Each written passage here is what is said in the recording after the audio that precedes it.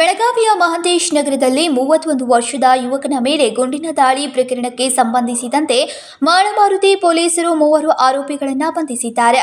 ಬುಧವಾರ ರಾತ್ರಿ 8:30ರ ಸುಮಾರಿಗೆ ಪ್ರಣೀತ್ ಕುಮಾರ್ ಎಂಬ ಯುವಕ ತನ್ನ ಸ್ನೇಹಿತನ ಮನೆಗೆ ರಾತ್ರಿಯ ಊಟಕ್ಕೆ ಹೋಗಿದ್ದಾಗ ತನ್ನ ಹಳೆಯ ಪ್ರೇಮದ ಬಗ್ಗೆ ಪ್ರಸ್ತಾಪ ಮಾಡಿದ್ದಾನೆ.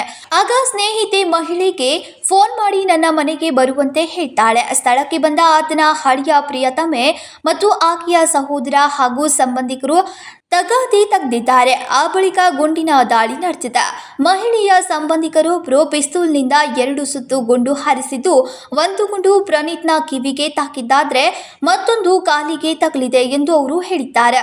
3 ಆರೋಪಿಗಳನ್ನು ಪೊಲೀಸರು ವೈದ್ಯಕೀಯ ತಪಾಸಣೆ ನಡೆಸಿ ನ್ಯಾಯಾಲಯಕ್ಕೆ ಹಾಜರುಪಡಿಸಿದ್ದಾರೆ.